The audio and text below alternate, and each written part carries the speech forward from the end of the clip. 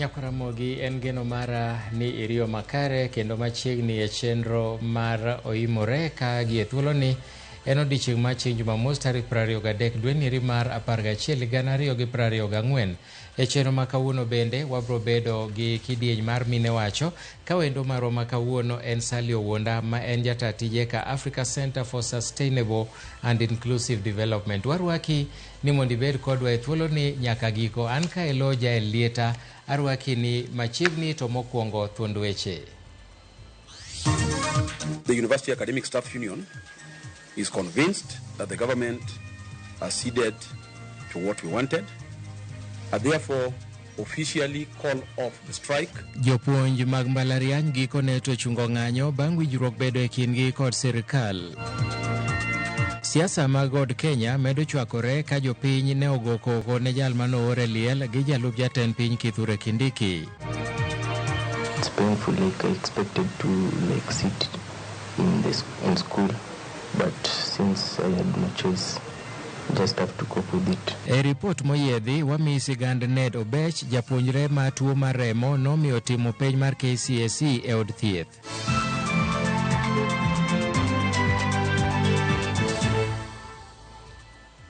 Arwakini machiegni jaloko mara en Elizabeth Otieno Nyaugenya Goto Simbo. Nyinga Milton Ochieng Awuor. Liet mar siasa medo nenore aluora mar God Kenya nyaka ne thich oko mane jalup jatend piny Rigathi Gachagua. Odiechieng' ma kawuono jal mano or mondo som ote ma jalup jatend piny Kithure Kindiki e kinde ik mar MCA Mike Wainaina e kaunti ma Murang'a ne oneno matek e kinde ma jopiny norogone mana ka nochako somo ote Kindiki manochuno mondo we somo ote go gie kore. Nochuno mondo gavana ma Murang'a Irungu Kang'ata kod kanisa mondo donjre wachno kendo duoko chenro e lwet anyuola mar Wainaina. Your Excellency the clergy negwari itie no nie aseloso makmana akwayo mana dakika achiel asom ote jalup jatend piny. Professor Kithure Kindiki, this to the family of our departed brother and colleagues, Honorable Mark Wainaina, to the great people of Murang'a, fellow mourners, ladies and gentlemen, to the kiri tudome to Mark Igetiyo tafadhali. Kweuru uyiena atiek somo ote wami Mark luor. It is with heavy heart and great sorrow. Gloria. Praise the Lord. Bwana Yesu asifiwe kanisa. It is always good to be humble before the Lord. Kindly hand over the Thank you very much to the family. Asanteni sana. We allow the governor to give his speech. Governor Masia James Orengo onyiso ganda luo mondo bed motang' kendo kigiyie ting'o chilo mamieno jatend piny William Ruto. Koloso e kinde ik mar manen jaod bura malego Usonga Olo Aringo, Governor Orengo manoloso gi ngero okoni gik matimore pacho ka inyalo biu kuom oganda matiyo machiegni gi sirikal. Orengo koni e kinde ma gik maricho timore koting'o mako ja Kenya kod jotelo mawuok e pinje maoko kaka jatend kweth ma keto piny Uganda Tesre Kizza Besigye nyiso ni gik moko ok dhi maber.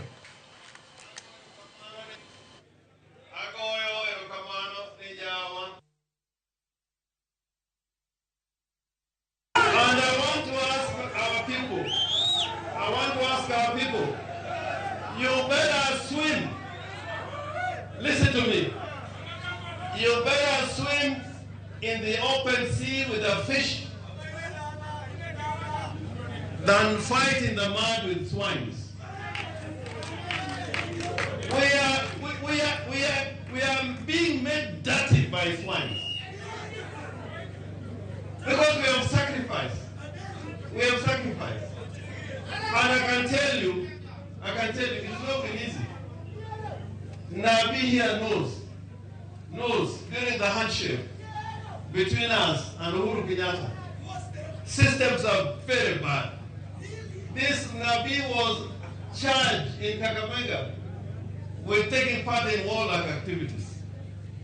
I went there and represented him and got him acquitted.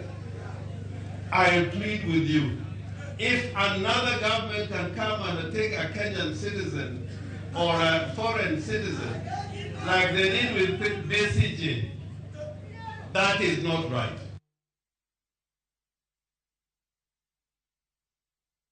Kawadhi nyime en ni piny owacho osegolo omenda ne sirkal ma counties ndalo machuok bang' komiti mar thek e kind od bura kod Senate puodho bilion 387 ne counties eik omenda 2024-2025.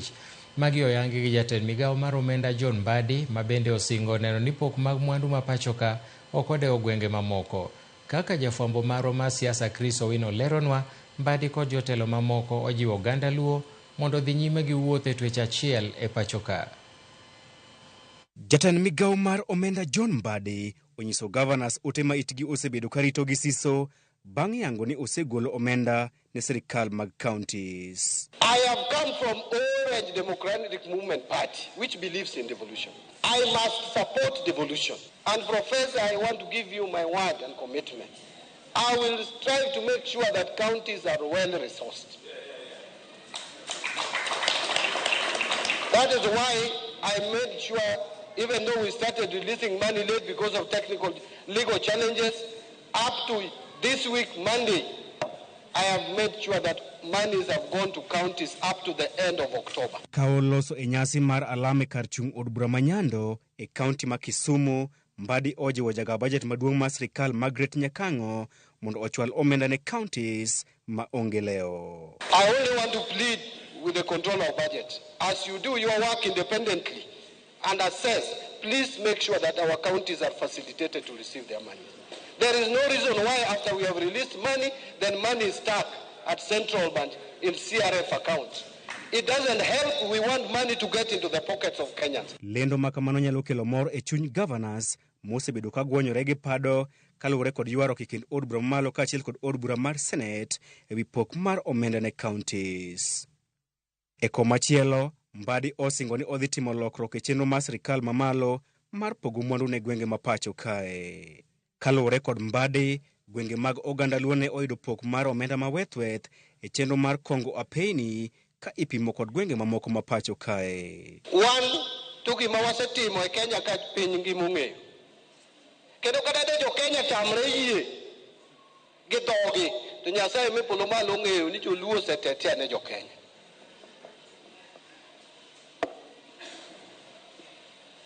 But kugik seche ma ipogo mwandu, to jowa ipogo negi gipendo jiko, giwendo jiko. Wan ok chuodhnwa go jiko kamipodhi chodhne jomoko. To kendo jo Kenya ka nitiere jo kabila moko mo believe ni dongruok gin ema onego dhi e kuondegi.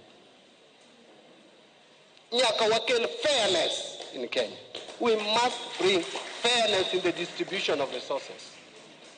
Jotelo mamoko ma Kaluo mane oyworo e nyasino ojiwo oganda Luo mondo wuoth e twech achiel kaka yo mar bedo gi duol maduong' e weche mag telo ma pacho kae. Gima duong' thurwa kaendi mosemiyo jo Kenya mamoko oluorowa kata miwa respect en unity of purpose.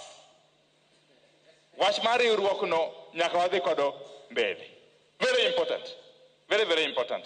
Kok uriwore ubedo gimoro achiel to ubedo jogo mayot tiyogo. To ka wariwore wamakore wabedo gimoro achiel, then we get a strong voice. Very soon, from 27th of this month, we are organizing elections, grassroots elections of the party ODM. You are the members. You are the people who make ODM. You must make sure that elections starting on the 27th, we hear leaders from the grassroots, which will make us form. Jotelogo osiro telo mar Ngire Peter Anyang' Nyong'o kaka ogai makojolo mar duond bura mar ODM. Chris Owino, Ramogi TV. Seneta ma Busia Okiya Omtata oyango komiti ma ji 10 mabiro tayo chenro mage chopo kare lek mare malaro komten piny Kenya yiero maduong' ma 2027.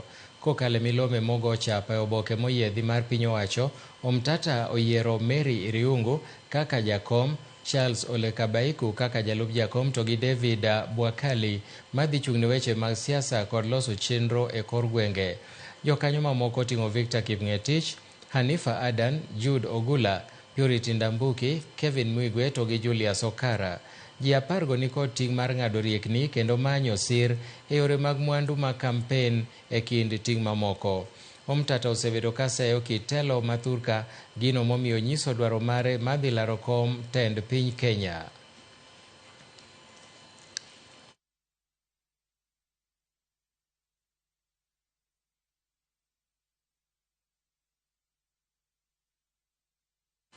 Sirikal ma pacho ka ochuogo telo manyien mag loch nanga kendo timo lokruok e nying moko kuom tend loch nanga mosebetie kauntis mopogore e thurka.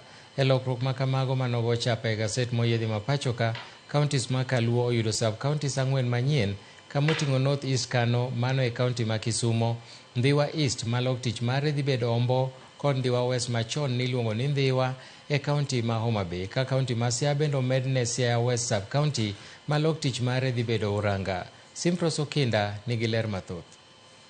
E oboke moyiedhi ma tarik 22 dwe mar 11 higani, sirikal ma pacho ka e bwo migawo mar arita olando lokruoge mopogore e telo mag kauntis ma pacho ka. E lokruok ma kamano, sirikal ochuogo sub-kauntis 4 manyien e gwenge ma Kaluo kamoting'o North East Kano e kaunti ma Kisumu, Ndhiwa East malog tich mare dhi bedo Ombo, kod Ndhiwa West machon niluongo ni Ndhiwa e kaunti ma Homa Bay, ka kaunti ma Siaya omedne Siaya West sub-kaunti malog tich mare dhi bedo Uranga.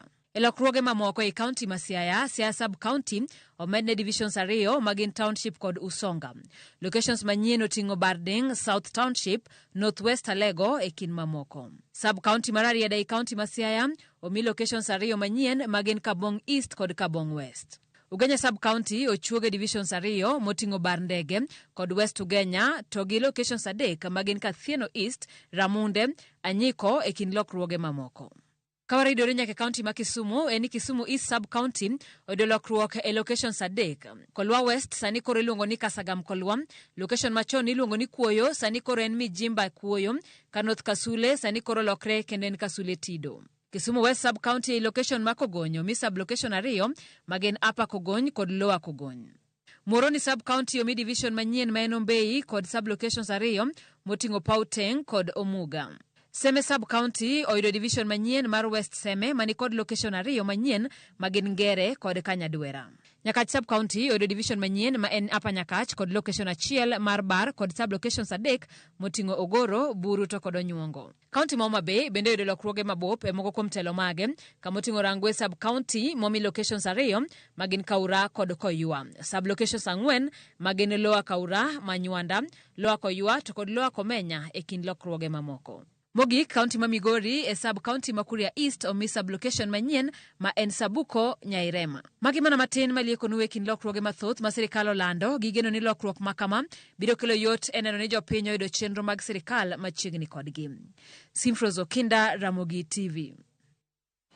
Jopuonj mag mbalariany ochungo ng'anyo margi mosebedo kadhi nyime pacho ka kuom thuolo mar ndalo 24 bang' sirikal yie mar miyogi omenda maromo bilion 9.7. Mairien bang' Uasu romo kod jatend migawo mar somo Julius Ogamba kendo chope winjruok mar dok e tich kochakore wuok tich ma juma manyien. Jafwambo marwa Linet Undi ni kod ler mathoth. Bang' bedo kod kiondko nyaka ni jopuonj gi dhi chak ng'anyo, jopuonjre mag mbalariany mag piny owacho koro nyalo yudo fungruok bang' jopuonj maggi chungo ng'anyo mane gichako tarik 29 dwe mar 10 higani, ng'anyo ma bende oserocho somo maggi. We want to thank the government for accepting to avail 9.6 billion for the CBA of 2021-2025.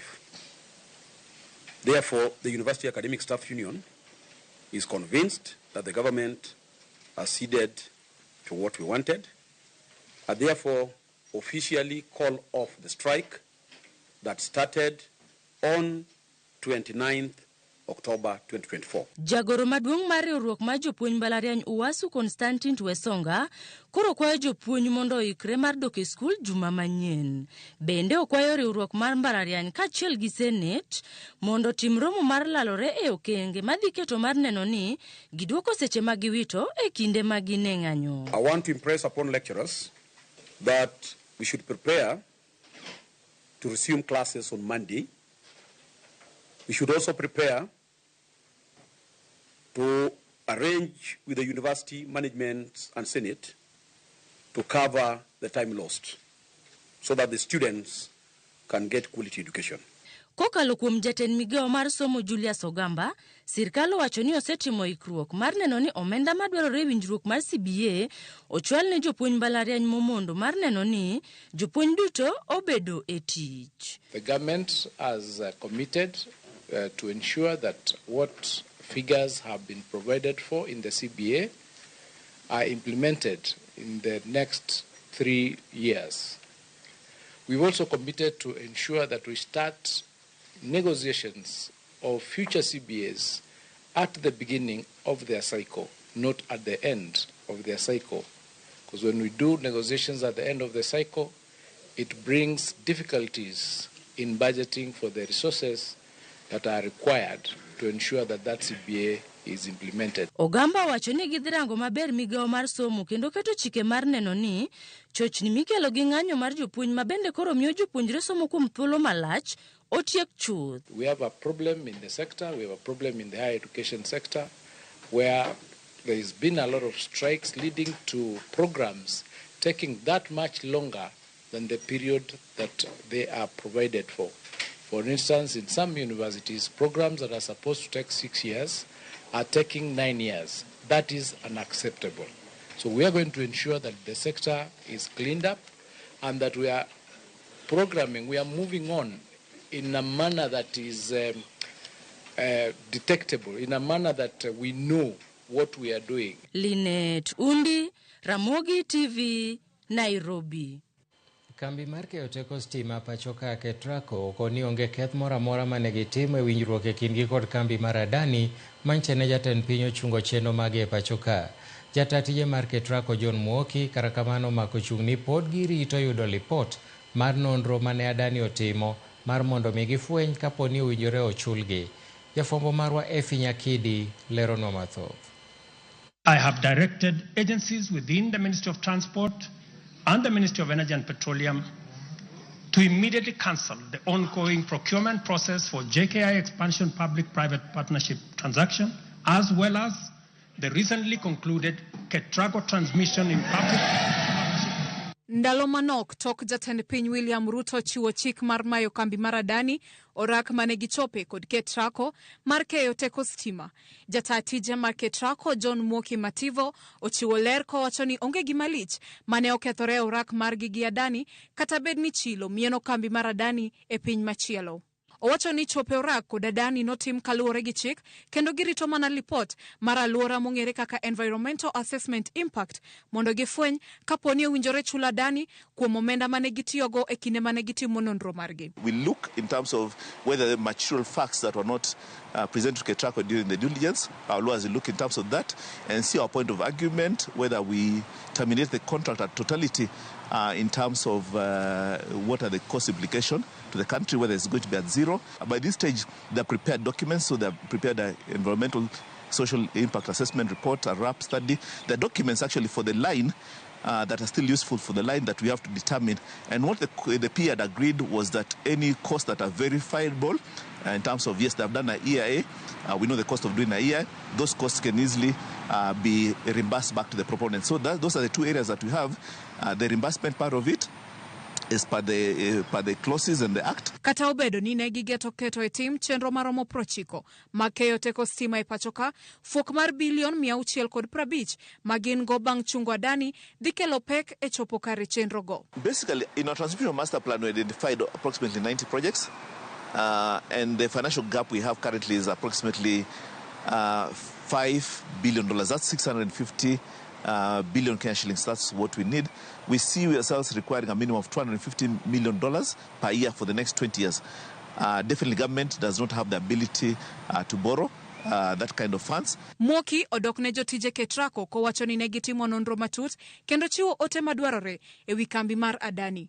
Omedo ni chenro mar kawo pach jopiny notime yo makare mar ni ne giromo kod jokanyo e sectors mopogore. The way I've looked at the diligence report, my team did an extremely good job on Adani Energy Solutions Limited. Issues of definitely public participation. I think the act is very clear in terms of what needs to be undertaken, which we undertook. We met quite a number of stakeholders.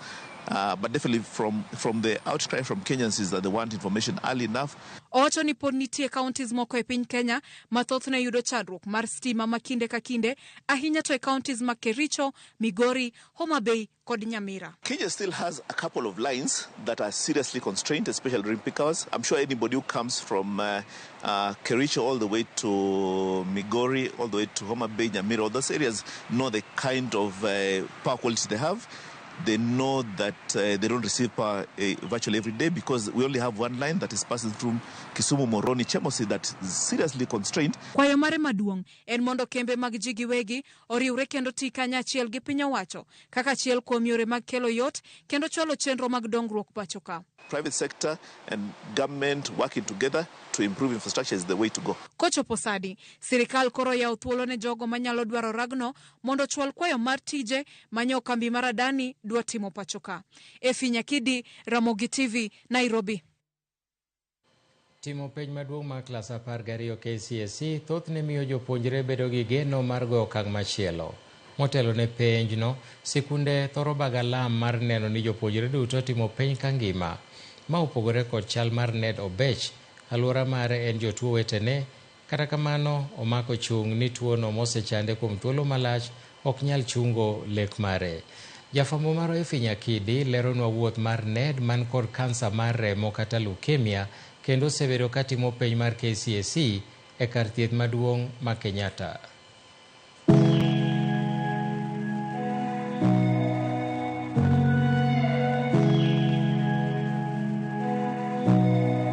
Konchiel, Ned goyo lweny mar tuo kansa mar remo ma dho ngere luongo ni leukemia. Komachielo en lweny mar chopo lek mare. Ned ma jahigni 18 otimo penj mare mar KCSE ma higani e kar thieth ma Kenyatta, boma ma Nairobi. It's painful, like I expected to sit in school, but since I had no choice, just have to cope with it. Like it's a bit scary because the invigilators are new, like I don't know them like that good. Olero ni tuoni mano yudego kotin. Osekelone chandruok ahinya to rocho chenro mage mag somo mar ni osiko kodang' ni kuonde thieth kaluwore gi rem makinde ka kinde ma bende osemone timo gigo mohero kaka tugo adhula e kind mamoko. I was not in school and then I report back. So they help me like to write notes and the teachers also do help me like to recover the syllabus that I lost. One thing is you're restricted to do most of the things like rigorous activities. So I can't play for like 90 minutes, maybe first half, or maybe like 30 or 20 minutes. Jodongo nowacho ni rem mar nyathi mana janyuol ema deng'e. The journey I've walked with this young boy, it's not easy. Tuoni mosechando Ned kuom thuolo malach. Min gi Florence Atieno lero ni osekelo dang'ni mar paro ne owadgi Ned matin kod en owuon. Sometimes teacher used to call me asking me about the boy. This now the younger brother. Because he was somehow upset-minded in class. When the teacher asked him, why are you not happy? I used to say, Mom and Ned are in hospital and I'm left at home with the relatives. Min Ned omedo ni bedo ni ene janyuol kende, tuo Ned osekelo ne pek mar ni yudo thieth makare ne wuode, ok osebedo mayot. Being left with a child who is a sickler, it's not easy.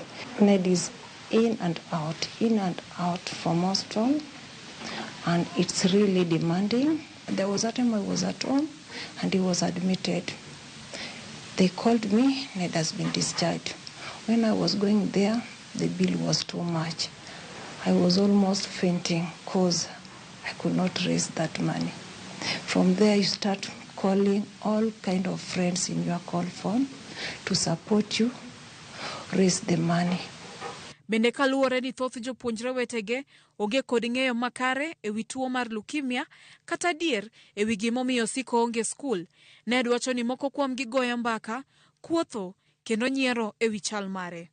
Gino maseche moko miyo oparore ahinya. Sometimes I just feel like I'm scared even to tell them like I have this condition, so just keep it to myself. In school, like mostly ask me if like I have HIV AIDS, and like sometimes it's so traumatizing to hear that, and some of them do understand, but some still even go far and even start to make fun of me. Kalit mokadhe nenore wang'e, Mined lero kaka pek mar thiedho wuode oseinge kendo nyaka sani osiepene emokawo ting' mar neno ni Ned yudo thieth makare. Najua hii condition yao inataka special attention, akuwe na daktari mmoja ndio anakoso, ndio unaona marafiki wamekuwa wakinisaidia kidogo kidogo, ile kidogo tunalipia, alafu ndio anakuja na but at times ikiisha kama tuna nama, we go back to the general. Kwano menda mowinjore ochul tok Ned bedo e kar thieth kuom thuolo duto mosebedo kotime penj oinge. Kendo koro geno mare en kuom jogo manyalo konye mondo ter Ned e piny India mar yudo thieth mar loko ndhudho ma ichogo midendo ni bone marrow transplant. Ka koro thieth makama emodongo kaka geno mar reso ngima wuode. We are planning to go to India for bone marrow transplant for Ned's case. So currently I'm jobless, and I'm appealing to well-wishers who are willing to support us, get the money so that Ned can come back to his normal health. Bedo ni tuo mar kansa ni kod pek mar thieth kendo goyo lwenyno biro kod midhiero mopogore opogore. Dibed ni ene gino majiwo Ned kendo dhire mar goyo lwenyno. When I'm sick, I don't feel like even coming to the hospital. Like when I just remember I'm going to be like pricked every time. So like I don't feel like even come. Like one thing that motivates me, it's that I just accepted that I have the condition, and I do love my mom because she's the one who always supports me through it. Kaluwore gi chandruok mokadhe, Ned koro geno mar bedo laktar mondo mi okony jotuo moko. Wuodh Ned en ranyisi mar teko kod geno. Kendo e nyim tuo kod midhiero gi duto, Ned onyiso ni onyalo muomo tembe duto. Nyikwa Ramogi, od thieth olokore od penj ne rawerani ma Ned. Alam maduong' mar Ned en mondo mi ochangi kendo chop lek mare.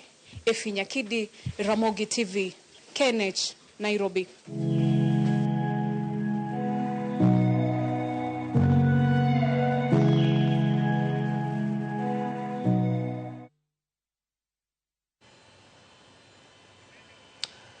Nyakwaramogi sigana malit ahinya mar japuonjreno ma nigi tuo mar remo kata leukemia ne waseyudo kwayo mar jogo ma bende ne dwaro ni mondo sire e yo moro amora. Nyasaye mondo gwedhu kotimo mano. Wadwa ni mondo wadhi e yweyo mokwongo, to kapok wadhi e yweyo, an gi ote ka mar Jackton Odolo Dando wacho ni Wuodimbo Nyamonye. Owacho ni en kod familia mare ka giwinjowa maber mokalo. Eric Odemo ka chunge ka Nyamkago owacho ni Milton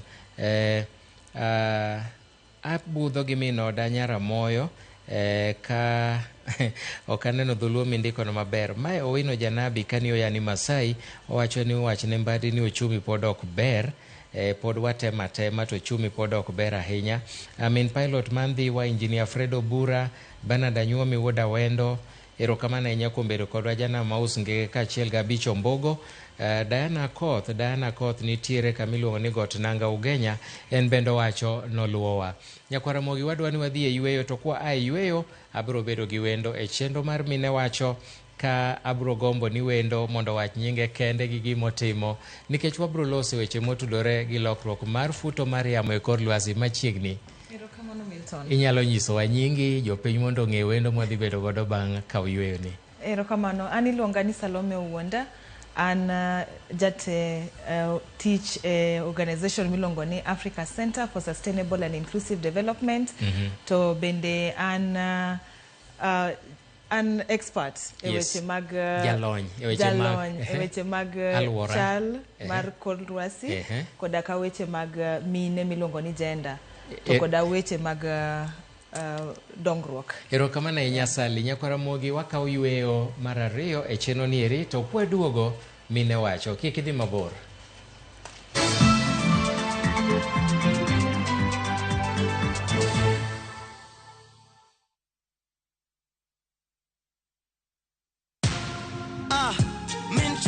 Kwa majina ni Peter Kariuki Ngoge ama Kamlesh Styles.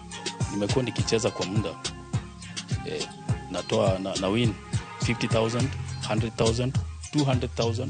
Leo nimekujia check ya 675. Nikihesabu zote naweza kuwa nimewin 1.3 na nitaendelea kucheza. Changamkia Aviator on shabiki.com. Not for persons under the age of 18.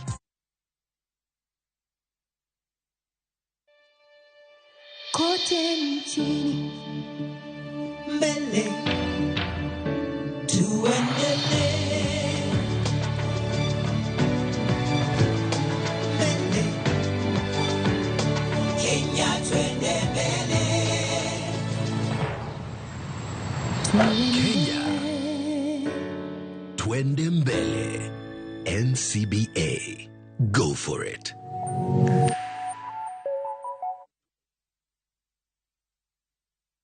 Kidliek no achiel maber nigi achiel marach. Kit telo mane magidwaro nyiso generations mabiro. Samiwinjo ki ineno kiyanyo wadu e mbui kikiringi donje. Kenya waber kabisa e pepa. Pinje moko kawa blueprint.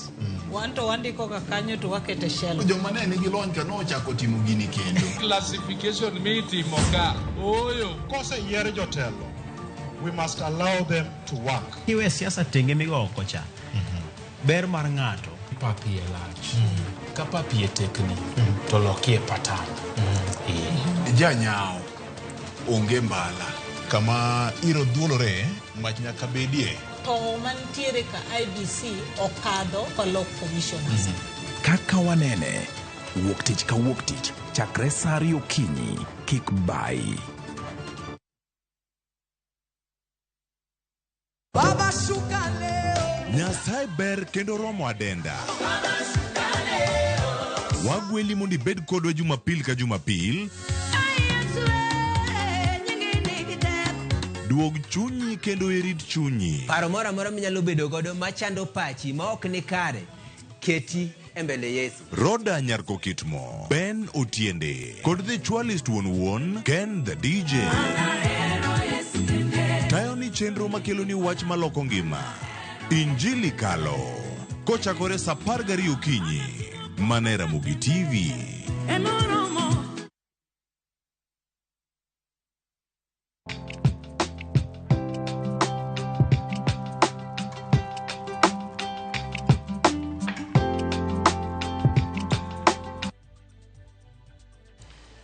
Mana kamano Nyakwaramogi, kaka nwasingo ni en thuolo mano makoro wadonje cheno mar mine wacho, kama wendowa makawuono en Salome Owunda, mabende en jata tije ka Africa Center for Sustainable and Inclusive Development. Arwaki kendo ni machiegni. Motelo inyalo nyisowa ni to organization maruni otimang'o ruok motudore gi weche mag futo mar yamo e kor lwasi. Organization wani tiyo gi jogo masamoro which will godo samoro gidong chien ahinya e weche mag dongruok kaka joma mine, joma yudhe, jogo matire rural areas samoro which will kodgi ahinya ko ochope weche mag dongruok. Koro wang'iyo bende weche mag chal mar kor lwasi ni ere kaka wanyalo yudo yo ma jogi eki bende bedo involved maka waloso wach chal kor lwasi to gi bende wang'iyo weche gi e yo matut ni ere kaka wanyalo wuotho kodgi to ere gino magi to gidwaro manyalo konyo gi mondo mi lokruok mar kor lwasi ni kik hiny gi ahinya. Koro mane tich mwatimo ahinya. Okay. Nyocha machiegni in achiel kuom jogo manodhi Azerbaijan e romo manokelo kanyakla pinje mathoth mane lose wi futo mar yamo e kor lwasi. Uduogo gang'o? Milton, Azerbaijan to ne wantiere kendo wawuoyo di. Ne en twak ma jok ma pod nie pinje modok chien ma pod odong chien kaka Kenya twak e bathe koni to jogo mabe osedhi mbele bende ochung' kocha ni wan kama kaka wadware. Koro nwatemo nikech wach Azerbaijan ni nwang'iyo sana pesa ni pesa mar chal kor lwasi nieri ere kaka onyalo chopo ne jowa to ere kaka wanyalo yudo pesa ni mang'eny moloyo kaka wasekete nikech igni 15 mokalo nwayiere ni jogo ma osedhi mbele ahinya mabido ni gine jogo mosemiyo shida mag chal mar kor lwasi malokore ni wabet godo nikech gin ema gisekethe e yo rang'iny mamalo. Koro nwawinjore ni onego bed ni gichulo bilion 100 higa ka higa mabiro ne jowa mani piny koni mondo mi wanyal bede ni ok wahinyore ahinya ka chal mar kor lwasi olokore. Lakini yudo ka higni 15 mokalo no pok gibet ka gichopo kata bilion 100 no. Lakini koro kano chopo sani to onego bed ni koro wachak wapange ni ere kaka wanyalo dhi mbele nikech bilion 100 ni be koro kano pange higni 15 mokalo gik moko oselokore ma bilion 100 ni be koro ok kony ok oromo kata ochopo ni ok gichopie. Koro wachak wadhi wabet wang'ini koro wanyalo dwaro en adi manyalo romo. Koro nwa wacho ni onego bed ni en trillion achiel kod 0.3 monego bed ni koro wayudo ma koro bedo onego bed ni gikonyogo jogo ma pod nitiere e pinje ma pod odong' chien mabe mahinyore ahinya ko wach mar chal mar kor lwasi gine jok makang obedo nitiere oulamno kata ka flood ma koro koth biro medore ahinya wane mwahinyore. Kopo ni nitiere oro ahinya wane mwahinyore. Ere kaka wanyalo konyore. Koro watemo wuoyo lakini trillion 1.3 wadwaro chato pok nwachopo. Gimiyo pesa di kata gisingo chiwo pesa di. Wachopo e 300 billion. Billion 300 ma wachope kawuono ni to pod ne joko winjore. Jine dwaro ni gino chope kata bilion 500 bas. Koro kochopo kawuono ni gini nonego bed ni ne rumo nyoro to nikech yuaruok pod ne ji dhi mbele jomoko idoko osewuok oduogo miechgi jomoko pod ni kacha koro kawuono ni eri jomoko no owuok oko meeting ne gi storm out giwacho ni ginok ginya dhi mbele gi wuoyo nikech jogo mosedhi mbele go ok dwa winjowa koro giwacho ni wan wawuok wawenu meeting no udong' e kendo. Okay, nitiere omenda moro miluongo ni loss and damage funds monego be ni gioroga. Ma area winjo ni nobedo scrap. Ang'o momiyo gi scrape? Koro wach loss and damage fund ni nwa yiere higa mokalo. Mak jogo no ochiwo ni gibro miyo ji negi miyowa 70 million mane giwacho ni koro ginyalo 700 million ma ginyalo chiwo mar loss and damage ma bende pod ni piny kabisa. Koro kachopo higani eri gichak gimede ochopo around 800 million but no ken pesa mosegol en singo ni gibro gole lakini ka osegol singo no ningo bed ni ibedo gi modality chenro mar ni pesa ni odonjo koya kuom ng'a to dhi ne ng'awa to odonjo nang'o. Koro chenro no ere manotamore awinjruoke nikech gitamore wacho ni pesa ni eri ya ir jogo mosebet ka ketho chal mar kor lwasi ahinya to pesa ni dhine jogo ma pod thagre machalo kaka jo Afrika to obiro nwa nang'o tere kaka ibro med replenish ni pile ka pile higa ka higa gimedo wa ni gimedo ni ko odhi korumo tinyalo mede nang'o. Koro ne winjruok obet matek nikech gin giwacho ni ok giyie ni gine ma giseketho kor lwasi no yo makoro chopo. In fact gin ma giketho nikech king'iyo weche ma pinje kaka chalo kaka Dubai mana kata mana Brazil ma koro ji dhien gi contribute ahinya nikech nitiere modhika weche mag modhigo aparo ni mago gin moko koro to koro promises ma gisebedo ka giketo nikech ma okeromo mokwongo pod wadhi e COP 30 be mbele ka iparo ni gisechopo ga promises gi e rang'iny marom nade kata e percentage marom nade nikech gisingo ni wabro tero pesa mar kedo gi lokruok e futo mar yamo e kor lwasi bende gisega chope rang'iny moro manyalo konyo jogo mabedo affected. Milton kwadok e adiera to bilion 100 monego bed ni gimiyo wacha pok ne gichopo. Pok na gichopo the highest mane gisechopo en bilion 85 to nyocha higa ni gituo ni gichopo bilion 100 no to report ma gi analyze ma giyude ka gichopo bilion 100 no pok waneno. Tiyudo ka samoro be kata ka giwacho ni gichopo bilion 85 ni iyudo ka ok en pesa momiwa mar ni nono ni koro wakonyogo iyudo ka samoro en pesa mar loan ni bang'e pod wadhi chule. To in emiseinyowa momiyo wantie kuma wantie marach ni kendo pesa no kigolo kendo idwaro ni wachak wachul kendo mana gi interest. Makoro un kaka nodwaro grant nokudwar loan to grant no giwacho ni ok dwarre gidwa chiwo loan. Gin yudo ka most of the time gidwa ni gifocus ni gichulo mana gimiyo loan gichiwo loan mabet matek ne jogo mos already hinyori ionge gi kaka inyalo konyori pesa momi matin mar ni koro ne nitiere oro ahinya ikonyrigo kendo ni koro onego bed ni chaki chule gi gimoro wiye bet matek. Solution dwarore ne jogo mosebedo ka winjo matek kaluwore gi lokruok mar futo mar yamo e kor lwasi. Wang'iyo kuonde machalo Budalangi, Ahero, kuonde ma ka koth ochwe to ula kinde ka kinde. Nitiere pesa miluongo ni Adaptation and Mitigation Fund. Giwacho ang'o e wachni? Milton, en gima lit ahinya ni wach adaptation fund nokodhi mbele. Nokodhi mbele. Ji nokowinjore mong'ad ni nitiere romo matimore higa ka higa ma next bo timore Brazil to nitiere mabe timore e kinde higa dwe mar 6 mabe timore ga Germany.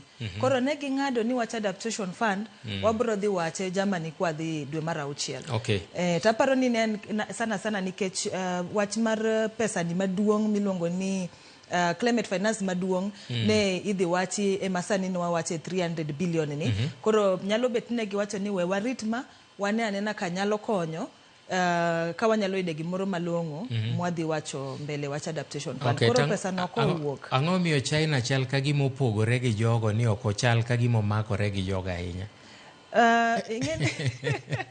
En wach matek nikech ndalo mane chake gini en higni odhuro.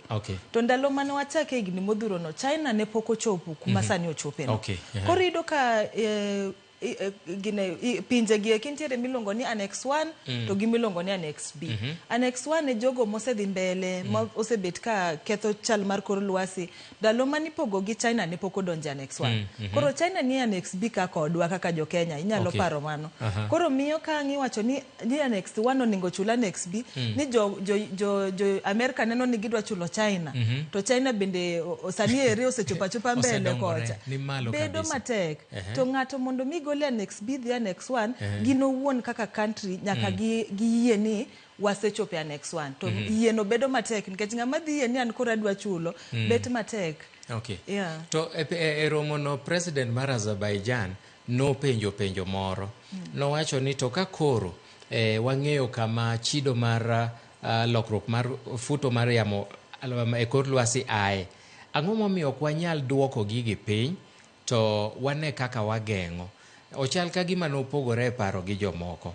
Iparo ni pache no ne ni kare ni jok matimo mano nyalo reduce kar manyo funds ahinya mar mitigation kata mar konyo jogo mosehinyore. Be ginyalo duoko piny rang'iny ma gichido godo yamo kwa kata lwasi? Adier makende en ni pesa kende ok nyakonyo. Nyaka wabende wang'i kaka wadak. Nyaka wabe walok kitwa gik mwatimo. Pinje mabet ka chido go be nyaka lok kaka gidak. Lakini mano kende ok nyakonyo nikech kiwacho loss and damage gigo sekethore. Koro unu kuloko kaka udak kende to wan mwahinyore wasebet kwa hinyore jowo osetho gige wa pod dhi ka kethore dhoge wa tho kuonde mwanya puro dok karumo nyaka uchaku wabed ni pesa moro nitiere mwanya konyore godo miluongo ni inyalo bedo ni koro adapt ni koro inyruok cha dok ye piny. Koro we need both. Onego bed ni pesa adapt godo umiyowa pesa mar loss and damage bedonjo lakini kaka wadak bende waloko. To ka kuom ranyisi wadwa ni mondo wachak gi dala ka be nitie kaka dhano kata jo Kenya be contribute e lokruok mar yamo e kor lwasi to say wach kata ni nitie kaka timbe moko magitimo maketho alwora kata mamiyo lokruok makamano bedo to gichopo e rang'iny machalo nade? King'iyo nitiere gik ma wabwa timo manyalo contribute lakini king'iye to en gima ni piny kabisa. King'iya developing world kata Africa te atamalo 4 kende ema wan wa contribute ka joka to nigi atamalo 96. Koro ningo bed ni gitemo gilok mar gichak kabisa gin magigore gi wachgi mar ketho kor lwasi ni kabisa wabende ok wanyal bet ni wanyalo medo wabe wanyalo ng'iyo e ngima kaka wadak ni en ang'ono mwanyalo bet ni watimo manyalo bet ni ok kony nikech for example iwacho ni yiende nyalo miyo gi sink carbon. Ni kwa pidho mang'eny to wabe wanyalo konyo. Wabende waseneno kata ka sirikal osewuokie oko ni wadhi mana gi yiende milion pagabit. Mondo mi wabede ni wanyalo konyo. Mondo mi chal mar kor lwasi ni bende wabede ni wabe wa contribute gimoro wakonyogo. Mano gima wanyalo timo. Ne giloso bende wach moro ni fossil fuel. Fossil fuel en ang'o? Fossil fuel en mach maya e piny kae e buolo miyudo ka samoro en kata kaka mafuta moro nitiere mawuokie iluongo natural gases gi ugolo piny kae to the process umedo golo gigodo to umedo chafua hewa ni uketho kor lwasi. Koro miyo wawacho ni onego bed ni wawuok iluongo ni transition, wawuokie weche mag fossil fuel gi, wamanyo mafuta, wamanyo mach maler kaka koro kata stima ma Kenya. Iyudo ka Kenya kae stimbwa igolie pi. Most of it, like more than 80%, atamalo 80 wuok e pi ma en mach maler ma ok chafua kor lwasi. Koro iyudo ka magi gik ma kaka Kenya wanyalo focus on. Waneno kata ka ndalo mane wan gi Africa Climate Summit cha ker no odhi odonje gari moro matin matiyo gi stima mondo mi wanyal reduce carbon emission mar carbon maka ringo gi gari ringo gi pikipiki to medo kethore wanyalo donje electric vehicle and electric motorbike. Okay, koro uchomo Brazil. Kapo ni gik mane wach ni gik mowuok e romo mar COP29 ni okotimore, kudhi Brazil udhi kwayango kendo kapo ni magi ma osingnu sani okochopo, pesa okobiro kata obiro to kobiro moromo, ero giwacho ni 300 billion, kapo no okochopo kata kanyo to no kwayo 1.3 trillion. Ang'o matero Brazil nyaka wachak wadhi mana mbele gi wuoyo nikech giwacho ni ka ok wuoyo sama wuoyo ok timre then onge gima nyalo timre. Koro kata iyudo matin kawuono kinya kidhi mbele gi wuoyo nikech the moment ma iwe wuoyo ma there's no talks then gik moko te ok nyal dhi mbele. And gimomiyo nyaka wadhi mbele gi wuoyo, for example Kenya ni penjo gima Kenya yudo nyocha nitiere pesa moro ma obedo signed gi KCB mar climate action niwacho gige chal mar kor lwasi to maluore gi weche technology gi yudo $500,000 mobiro ne Kenya mobiro ne Kenya kende.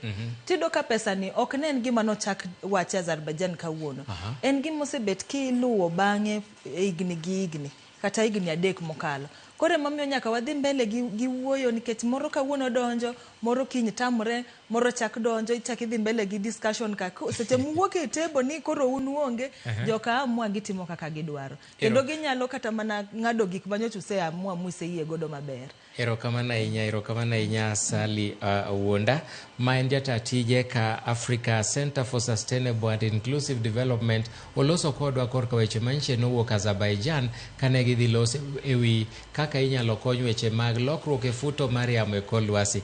Wageno ni kwa luongi kendo tibiro duogo mondo imed lero no mathoth. Abo duogo mondo wamed wuoyo kendo wamed winjre kech kaka wacho ni wuoyo en gima konyo. Erokamano ahinya Nyaparamogi, bang' thuolo machuok wadhi nyime gi chenro mar Oimore. Kik idhi mabor.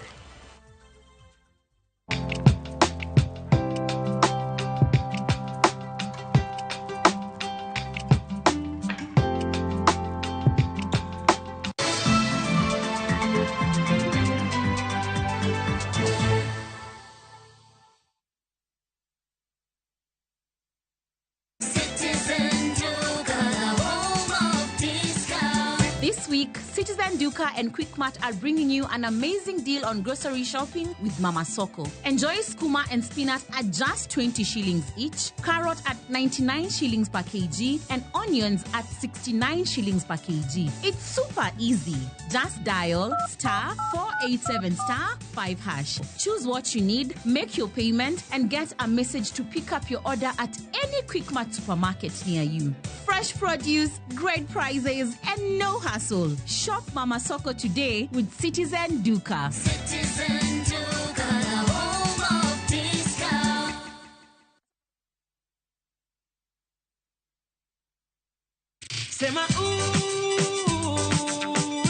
Jumani e chenro mar thum dag mor. wadhi bedo gi Lianga Lisa,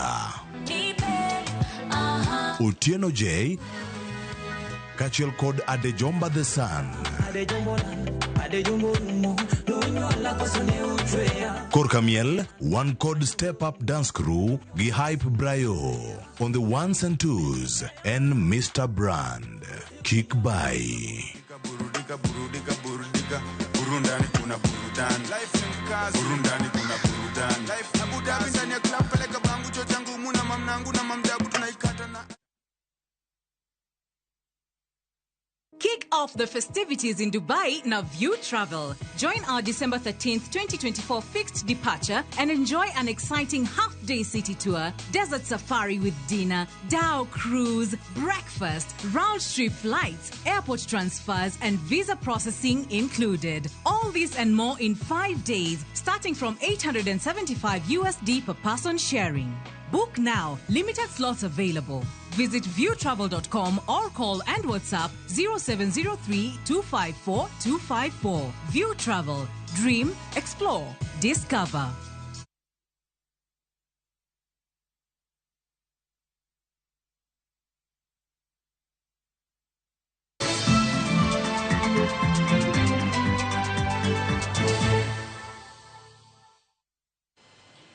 Machiegni kendo e gweng' ma Bomei Bondo e kaunti ma Siaya, lokruok limboe.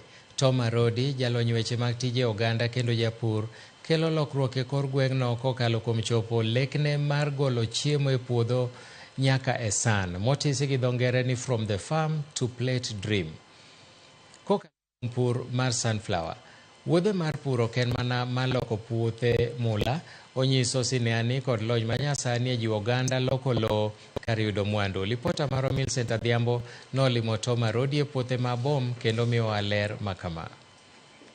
Puodhoni machalo nam mar mula yande nen mana bunge madongo manokwako gweng' ma Bom. Kata kamano sani ma en kodhi mar sunflower ma osekelo geno, lokruok kod dongruok e gweng' matin ma Bom ei Bondo, to mana nikech mijing'o mar ng'at achiel, Tom Arodi. Kuma na agede gi kuma na nyiewo ne bungu ne kuonde mok ne pur ga ng'enyne. Kana nyiewo lo to nagombo ni gik ma chame dalana obede ng'eny gi gik ma wuok e puotha. An pok naneno ga sunflower e ngimana nyaka mapidhe higa ni e puotha. Mane kuma kuongo nene sunflower. To na mor kode nikech ne en gima napidhe ka koth ne onge, dongo ne yot, ohingo buya, opogre go oduma ma ng'ato nyalo jako. Kuongo ne wayudo salad kuome ma nojiwa ahinya, namor kuom neno gima owuok e lopa ni koro nya chiedo kata gi moya. Pur Tom matin ni mane ochako ka wilo kothe kowuok e oganda, njugu, oduma kaachiel gi afuoto, ne oduogo bedo gi lokruok maduong' tok pur ne mar sunflower mane otimo diriyo moluore higani. Kana apidho gi to nahero ga keto gi e Facebook mondo ajiwo go jowetewa mondo be gine ni gik ma atimo gi be ginyalo timo. Tema ne osiepa moro e Facebook nogocho na to penja ni to sunflower ni tinyalo ga pidhe nikech aneno kihero pur kuom joma ang'e e Facebook. To osiepa ne jiwa ni kik bed na pitha tang'ia ne to kase pitho ta adhiya nyaka tung' mogik mar bedo ni abed ni agolo nyaka salad kuome, to moya ni onge kuma nasediwe kode nikech ng'enyne seche ma apost weche na e Facebook tino ka ji luwo ni to oikre sadi, ji chiwo orders e Facebook, ji chiwo orders e WhatsApp.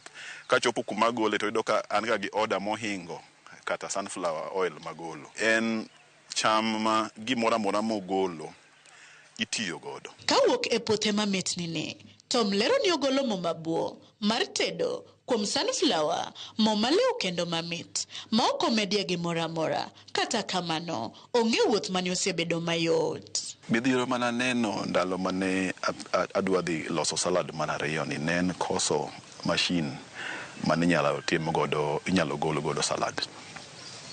Kuma nadhi machine wuod minwa ne okethre ndalo mane nadhi loso salad. Moro be nachuka dhi e piny moro machielo mane oketho na sunflower seeds. Nomiya hasara maduong'. To nanwang'o ni bedo ni sirikal ne onge kuma nonyalo siemnwa ni dhi kama idhi ipiny seed ni mondo mi mafuta ne onge. nodhi odiko chunya, to kata kamano ne ok ajok. Wuodh keyo mabopni Tom Okuoth kende owuon olero ni otiyo kod jodak mawuok Abom ahinya to mine ka gikonyore yore mopogore manyalo konyogi siro familia gi. Sama dhi atiyo ne tayude pesa moro manyalo nyiewo sukari. Omiyo pur ne naneno kamiya ber kata nyithindo anyalo konyo korka skul. Mon mane gweng'a aneno ka gin ga gi siso mar tiyo puotha kidwa do nikech ging'eni gibo yute. Ging'eni gibo yudo puonj bende nikech seche ma gitiyo kanyo no imiyo gi puonj seneno gini kaka chal ni ochalo kama nikech kama ineno gada ni kaka ber kama ober kama nikech no time gima kama idoye diriyo oduma ne timo kama koro ok en mana kama yute mar ohala pesa iyute nyaka kuom puonjruok. To bende pur Tom mar sunflower osejiwo jodak mamoko mondo donje weche pur. To aseneno ka giwuok maber kabisa kano chako chien kachako ganda odhi watermelon ai koro no bire sunflower to gigi duto kotimo to kendo anena ka wuok maber so inuango ni bedo mar lony kod bedo mar nosetimo gini e yo ma waneno. Sunflower kaka kodhi ikore ne keyo tok ndalo 90 ka wiye gi olugore. Tom lero ni wuodh pidhe ok en mana mar yudo emo to en wuoth mamiyo japur ndhadho motenore kod bero ngima makiny. Gwenda madalana jomoko kobiro ga to paro ga ni gwenda gipogre nikech dongo gido nikech an gi CD cake mapidho gi man otimo mo ma gwenda miyo bedo machwe. Gise reduce na pesa matiyo godo e nyiewo chiemb gwen.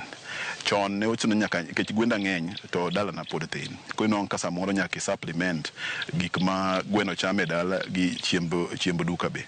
Gigi oduoko na pesa matiyo godo e nyiewo chiemb gwen to gwenda are healthier than before. Koro kuom mago sunflower osebedo ka en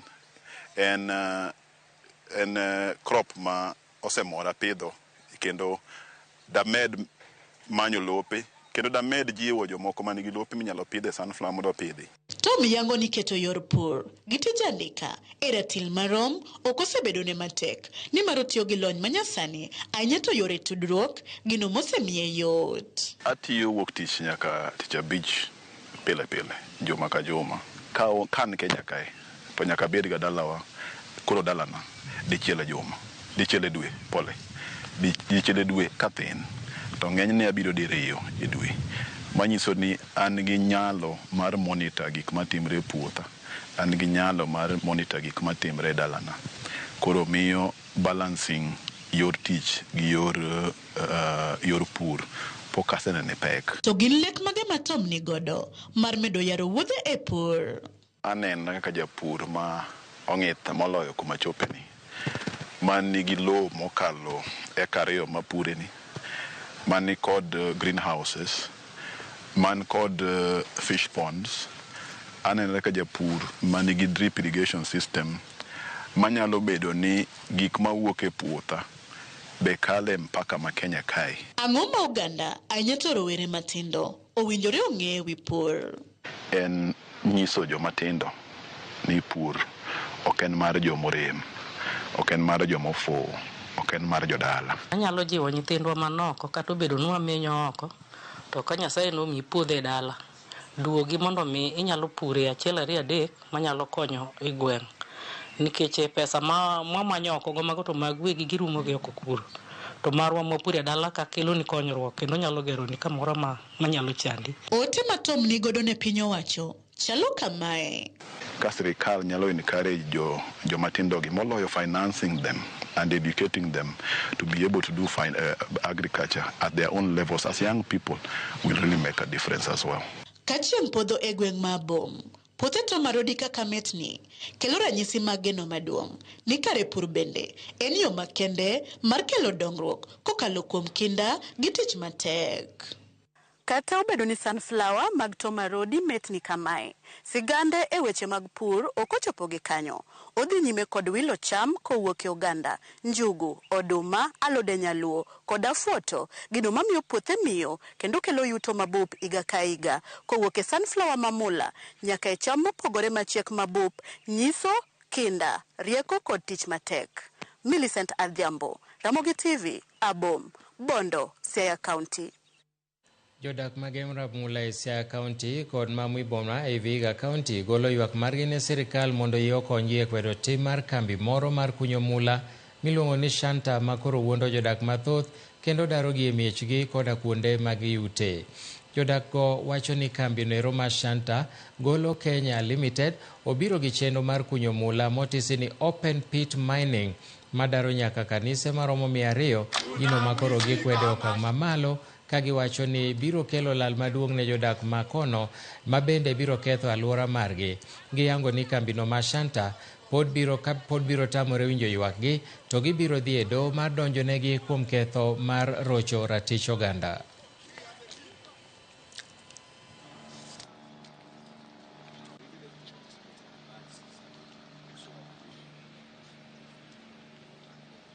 Santa Gold osebede iwa kanyo koringo e yo mar mudho kabisa ma wan kaka jodongo tamu wang'eyo nikech nyithindo matindo ema hinyo tiyo goldi to nyithindo matindo gi kor iriembo moko idhi mako itero kuond mitere.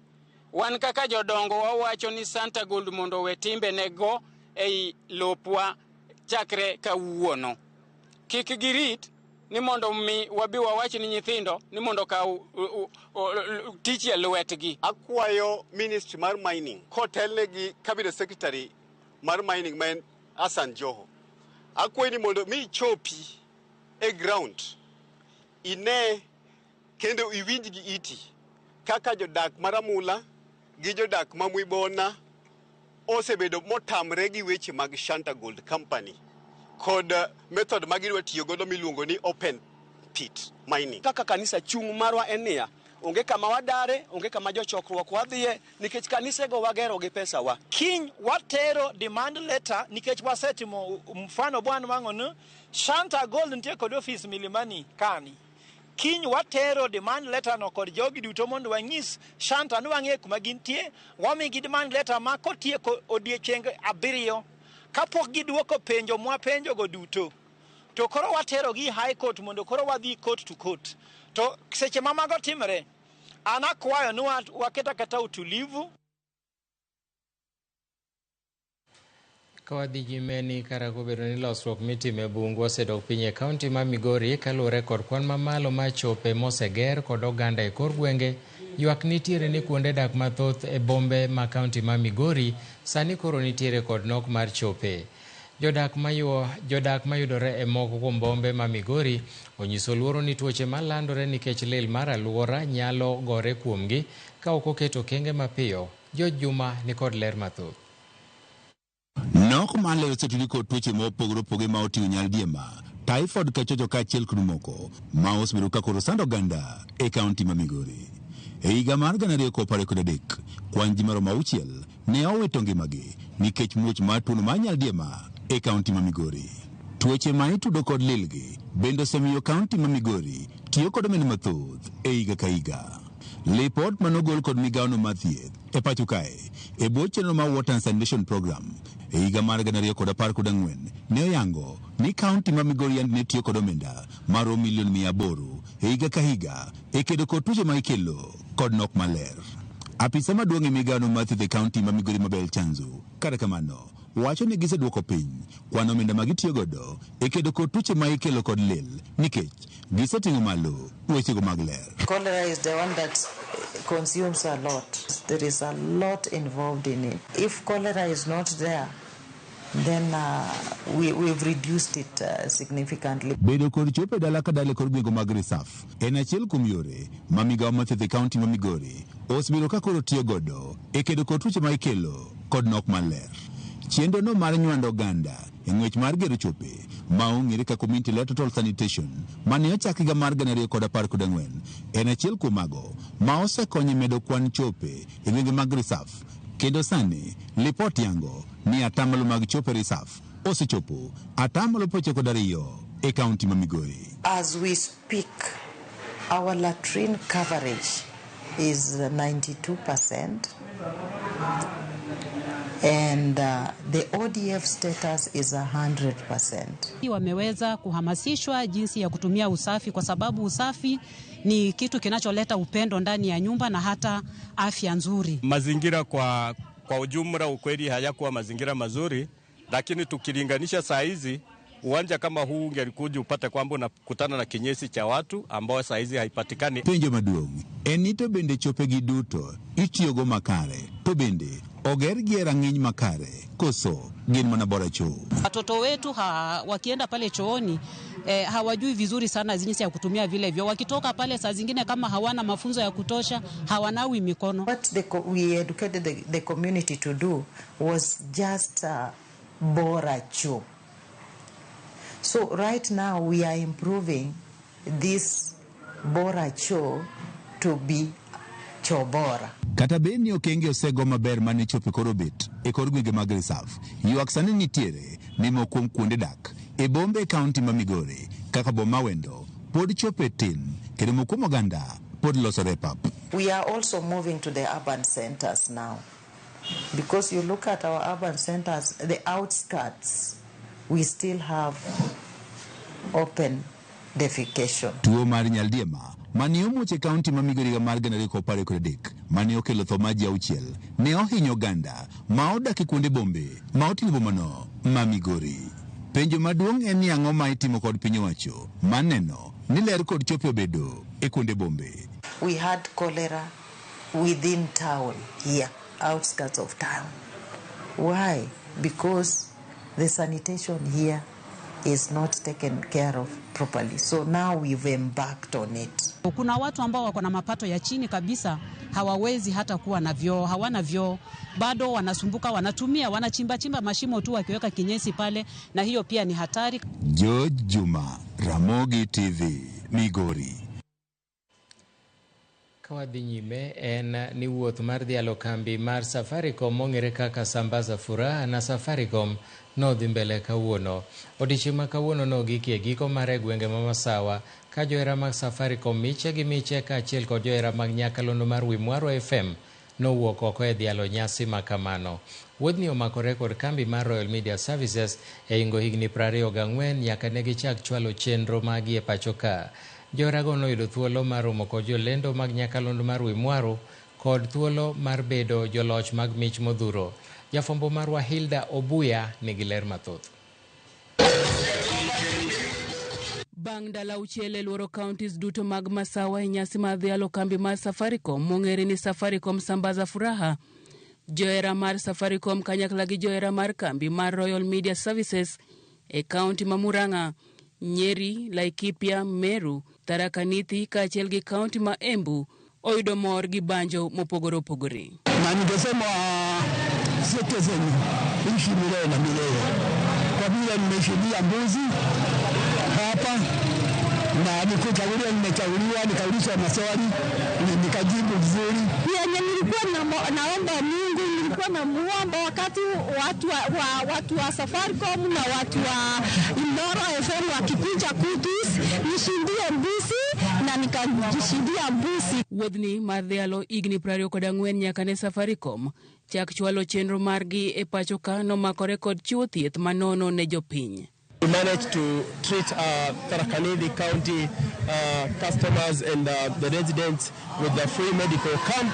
We had more than 2,000 people just coming for screening on various medical issues. About 200 of our partners in Nanyuki, the engagements with the micro SMEs and the small medium businesses, it was fantastic. Some good feedback there in terms of what we need to do more to enable their businesses. And I think even as we get to the next set of caravans, these are some of the engagements we want to continue amplifying. Wuoth mar Sambaza Furaha na Safaricom nokelo mor mogudho e chuny joheragi ni mar kamora mora mane gichung'e ne giwuok gi mich modhuro. And as Safaricom, we commit to continue giving our customers products and services that are worry-free and continue giving them frictionless customer service, where we also safeguard them from fraudsters, safeguard their data from exposure. Wuodhni orumo e alwora mar God Kenya odiochieng' ma kawuono kendo koro odhi chome gwenge mag imbo mar piny Kenya kuma johere geno ni biro chodho mich modhuro. Hilda Obuya, Ramogi TV.